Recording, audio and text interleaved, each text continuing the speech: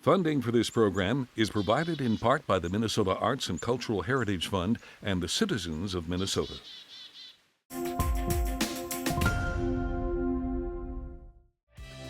Coming up next, Off 90. Join us as we learn about a statewide school-age competition that has roots in Austin.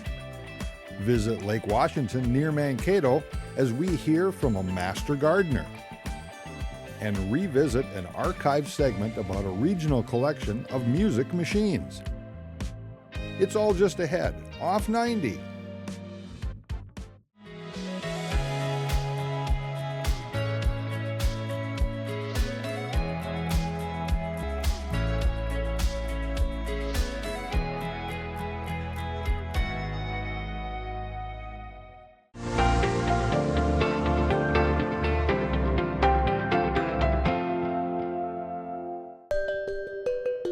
Team number 110 from Halverson. Come on up, the entire team, come on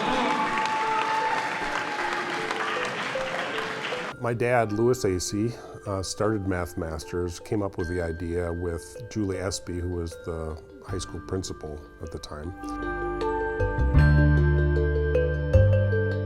They wanted to have something that was a way for non-athletic kids to be able to have the fun of competition and the rewards of that and get recognized for their interest, and also to try to help inspire them to achieve more academically and to really pay attention to it and to get some positive feedback for it. And it was just only an Austin thing, and got some Hormel Foundation support, I think, to get it going. And then they decided to try exporting, going to other communities. Well, hello, I am Lori Herman. I teach 5th grade math here at I.J. Holton. I'm also the 5th grade Math Masters coach. I started a long time ago. I've been doing this coaching for over 10 years, Math Masters. It's interesting, myself when I was in school, math was not easy for me, and I was never necessarily told that it could be. And then as I've aged and I teach now, and now I have my master's concentration in math, so it's just exciting to see kids that don't think they are good at math do well. I learned that many times, sometimes if you don't know how to do something, you should ask for help other than just guessing or not doing it at all. I am Marit Lang. I teach for Triton Public Schools. I'm currently the 6th grade middle school teacher. I started coaching Math Masters about 20 years ago. Well, first we look at some of the test scores within our district. We also look at student personality. We look at students who might benefit from being able to participate in the program. Well, our team meets once a week. I'll spend some time helping them make connections between different areas of math. And they always do an individual fact drill, timed, of course, and then they do an individual story problem, and then a team. And we talk about different ways to work together as a team. The most frustrating thing was probably during the fact sheet. It's pressuring because you need to go fast, but you also need to get the right answer. With the team competition, I talk with them a whole lot about listening to each other, because a lot of times when one person has one idea, and then that will grow into a different idea and a different idea. And I think it's just really important for our young people to know that there's way more than one way to solve a problem, but to make sure that the solution will make sense. I'm Chael Steer, and I'm from Grand Meadow School. I'm Christina Steer, Chael's mom. It's fun, but it's also very tricky and definitely not the easiest. I think it'd be easier for me if it wasn't the word questions, because the word questions get me. I don't really understand the word questions all that well. We are proud of him for making the squad. Math Masters provides confidence in him, I think. My name is Ken Strand. I've been coaching Math Masters for probably about 30 years now. It's a great enrichment program because it goes well beyond what they're learning in their curriculum in the classroom. It also teaches the kids to work together, because part of the competition is working in teams of 5 to solve problems, and that cooperation is really important for kids to learn. We start out with a facts round. There's 75 facts. Some of them are as simple as what we all learned in elementary school, 8 times 5. But then you get into multiple operations, multiple parentheses, and they have 75 of them to do in 5 minutes, which is quite a challenge.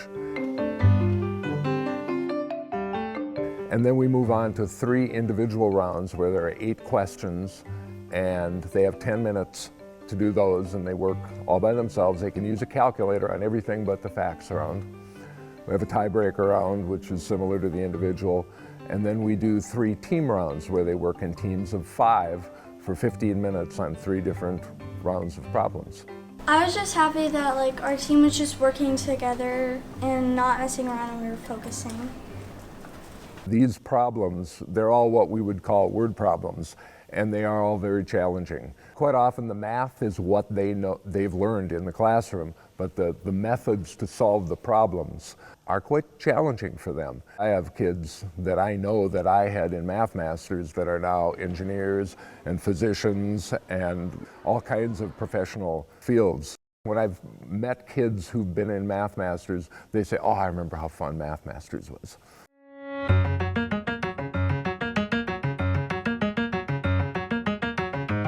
The competition was a lot different from the practices, and that made me nervous, but during the team rounds I felt really good. I think that idea of responsibility, these kids, they don't have to do this. They are choosing to do this. Most of them are recommended by their classroom teachers. But that responsibility to learn something beyond what's required of them in the classroom.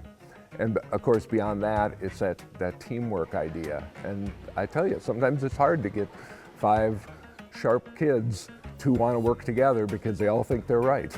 But eventually they do come together and work really well as a team. These kids that are competing today are going to be solving problems that we don't even know exist yet. So we need to be able to give them the confidence.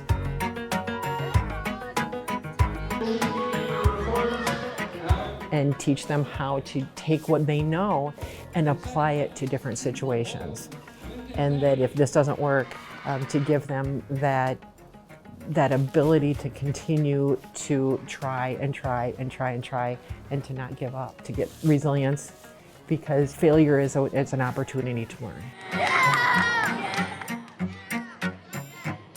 And part of the genius, I think, of the way they set up the Math Masters competition is that there's an individual competition which appeals more to boys, but then there's the group part that appeals more to girls because they tend to be a little bit more social. And so having an opportunity for kind of both sexes to be at their best and to take advantage of their strengths and to really dispel the notion that, that girls aren't good at math or that girls don't like math. It absolutely fosters problem solving and critical thinking. The tests, the competitions are problem-based. So there's just the one fact round, but everything else is all about problems. They read the problems and then they have to figure out, what do I need to do to solve this?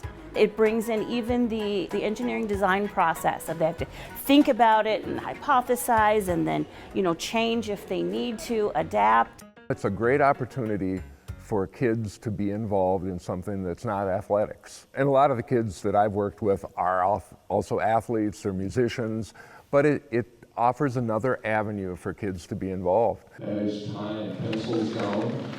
And we start in 4th grade, we have 4th grade, 5th grade, 6th grade, and then there are more mathematic competitions available to kids as they move into middle school and high school. It's a great way for kids to stay involved. Let's hear it for all of our top facts performers today.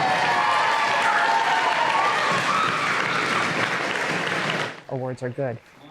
Everybody likes an award and wants to bring home hardware, but it's that because I competed in this and because I put myself out there, this has just given me a little bit more of showing myself what I can do and to build that confidence.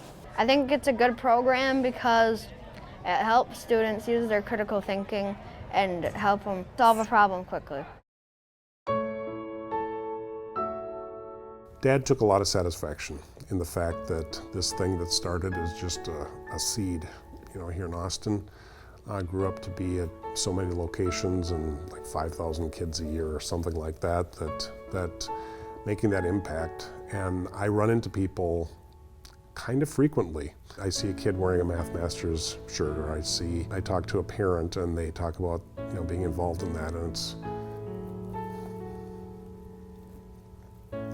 it's just kind of cool, to know that Dad started this thing that continues to have impact for people.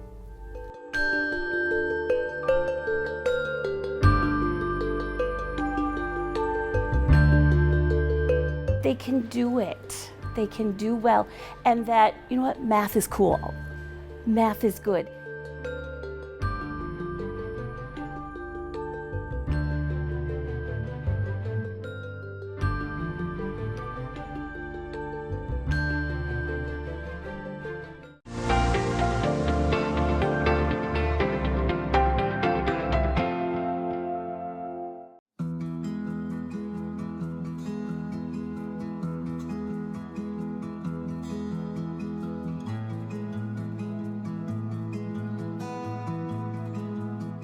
What got me involved in gardening was when I was young. I grew up on a big dairy farm, and so my parents, we always had a really big garden. Dad would take the plow and literally plow and then disc this giant space. I mean, we're talking 100 feet long by 50 feet wide. We're not talking a little backyard garden. When we got old enough to be in 4-H, gardening became one of my main projects. So I started gardening, doing the 4-H thing, trying to raise every vegetable I could.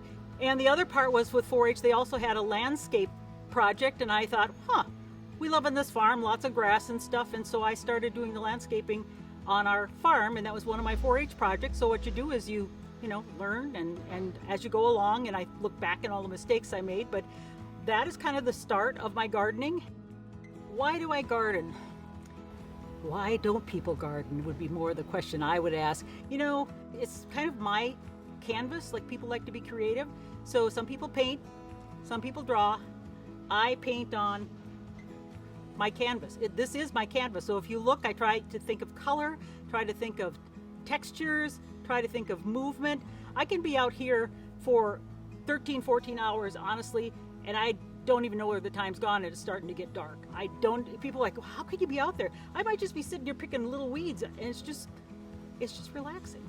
So I guess relaxing, and plus I also do it because of the benefits to the ecosystem. When I first started, it was just to look pretty, but now I choose plants like native plants, and I put clover in the yard because I think of water quality. Since we bought this place, it's on Lake Washington, I wanted to think, well, how can I be a part of the solution to making cleaner water?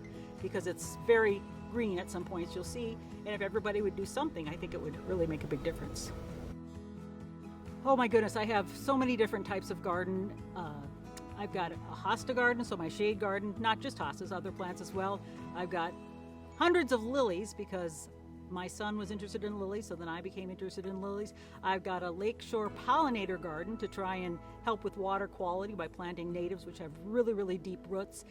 And I've got raised bed gardens for vegetables too. So I kind of run the gamut of all sorts of gardens, and I have landscaped this entire place myself from ground zero. So I started with just a little bit, and somehow it keeps growing and growing. Well, when I started at KMSU Radio, there were two ladies that came in, and once a month we would record garden shows, and I wasn't a part of it. These two ladies, they were master gardeners, and they would do these 4 or 5 minute segments that would air every week on the station. So as we did the shows, I kept saying, I'm really learning a lot about this stuff, but I want to know more. So that's when I decided, Barb, how do I become a master gardener? So then I decided in 2016 to sign up, and then became the official master gardener in actually 2017. And so that's what I've been doing ever since. I always do a lot of research, and so based on the things I've learned, I've implemented a lot in my gardens as well. A master gardener is someone who goes through the University of Minnesota's core garden course, and you have to apply to become a master gardener. There's an application, there's an interview process that say, why do you want to become a master gardener? And then they have to select you, and so you'll go through the University of Minnesota's core classes, and then to become a master gardener, you have to be an intern for where the first year, meaning you have to put in 50 volunteer hours, and I think it's 6 hours of continued education, which, you know, we all do as Master Gardeners. Now that I'm a full-time Master Gardener, you have to do a minimum of 25 hours of volunteer work and also 6 hours of continuing education in garden-related things. Now, it can't be you coming to me and saying, hey, I want to build a hosta garden. Can you come help me plant it? No. What we do is we educate. So I could tell you the things maybe you need to do to fix the soil, to make a good garden, the types of plants you might want. That's our job, is educating. It's not like volunteering to do your work or weed your garden. My philosophy on gardening is organic. I don't like to use chemicals because I know how harmful chemicals can be, and a lot of that is based on many interviews that I've done. So that's kind of how my philosophy has developed through the years. And plus, my dad and mom were really adapters of conservation practices. My dad was doing conservation tillage back in 1975. That really stuck with me, and how important it was that, you know, he was doing this little thing, but apparently it was like a big thing.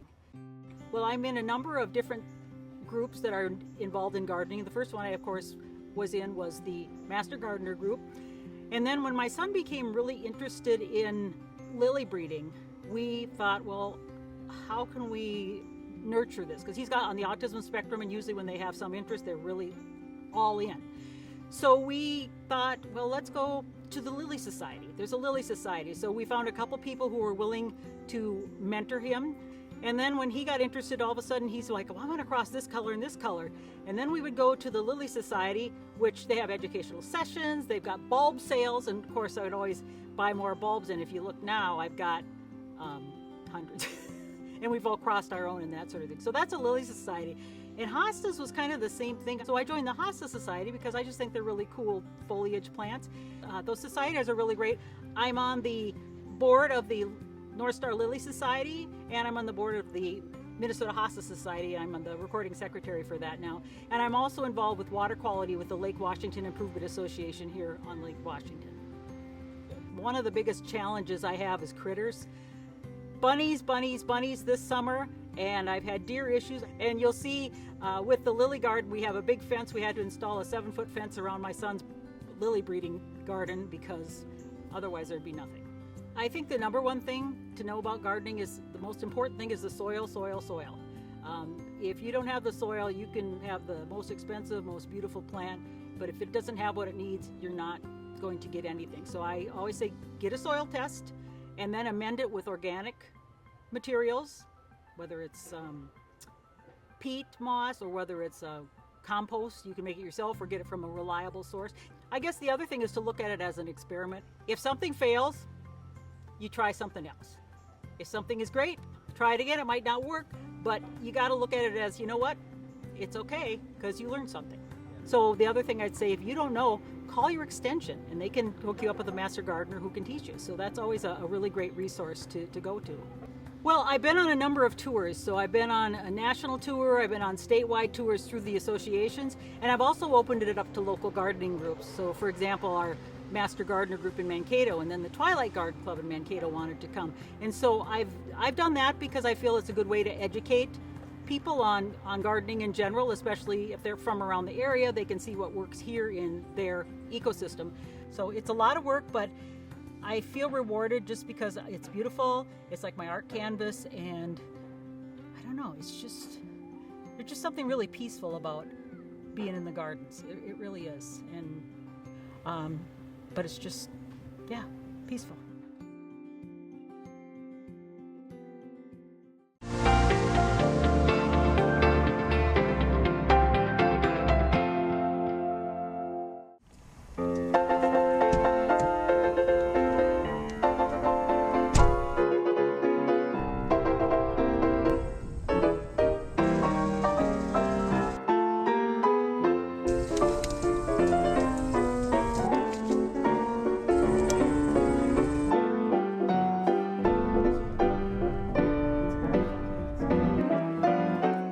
About 20 years ago, we found at an auction a box of metal and wood that I didn't know what it was, but we purchased and put together, and it made a little bit of a tune, so I thought that's interesting.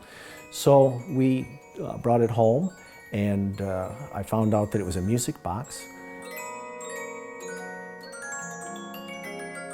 I'm Kiven Lukes, and I am a farmer that has a passion for music.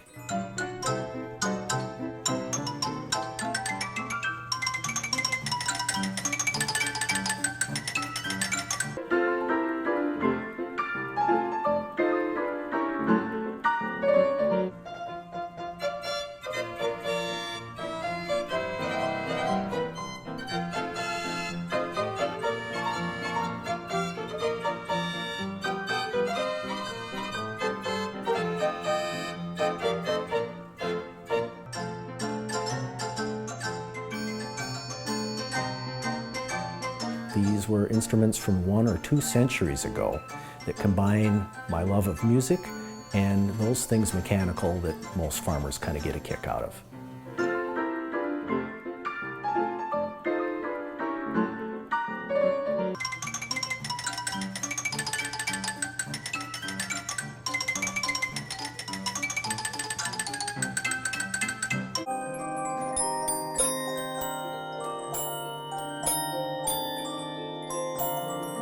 Music is the language of our emotions, and I find it fascinating how a bunch of little holes in paper can be transmitted through a machine with a bunch of pumps and vacuum and nuts and bolts and leather to make that music come alive. This is my oldest instrument that I have. It's a little over 200 years old, and it is what is known as a cylinder box. I use this key to wind a spring.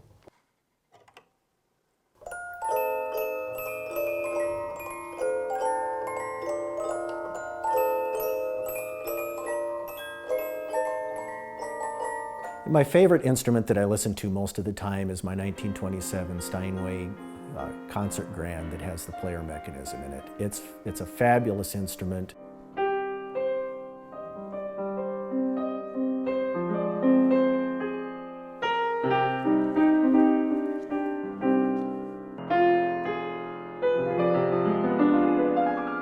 These are player piano rolls. This is a Chopin piece. Back in the 19-teens, 20s, and 30s, artists would come in to a central location and play on a specific piano that would record not just the notes they played, but also the dynamic intensity, pacing, the pedaling effects, all aspects of the performance. And that would be recorded, and they could code a special roll that I could then play on my piano, and that would emulate the entire performance in total accuracy that those artists would have. And there were many famous pianists, Rachmaninoff, Gershwin, Cortot, people like that I can have play my piano at just a moment's notice. This is what is sometimes called a cob organ or a roller organ, and it gets that name because the programming is on this wooden dowel that looks like a cob of corn.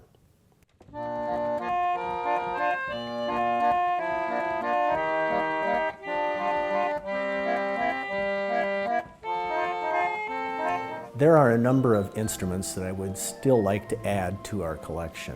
One that I particularly would like is what's called a theater organ that were used to accompany silent films back in the 20s and 30s.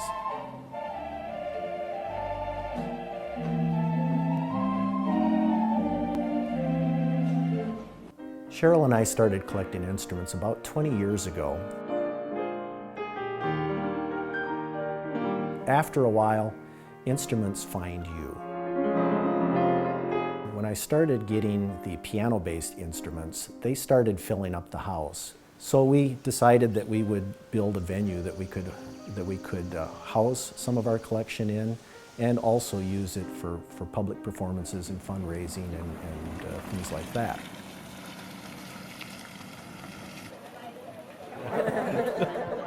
Well, hey, Violet. Wayne, how you doing? Good, good. Thanks for coming. Should be a fabulous night tonight. Thanks for inviting us. Oh, yeah.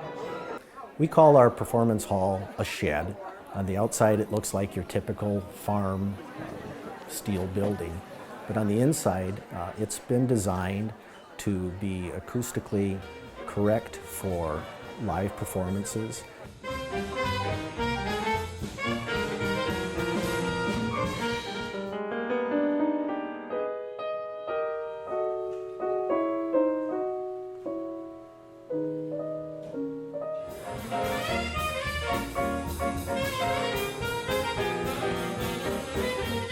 We love to bring the public in to enjoy the music and the instruments and to use them to help further causes that we believe in.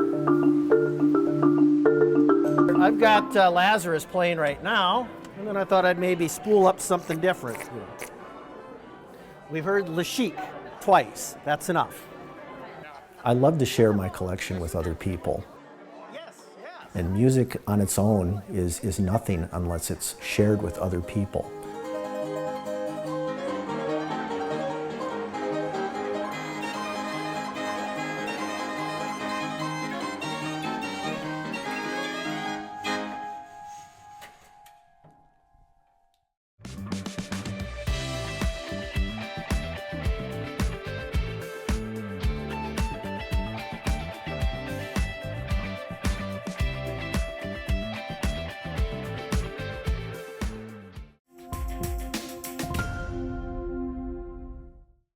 Funding for this program is provided in part by the Minnesota Arts and Cultural Heritage Fund and the citizens of Minnesota.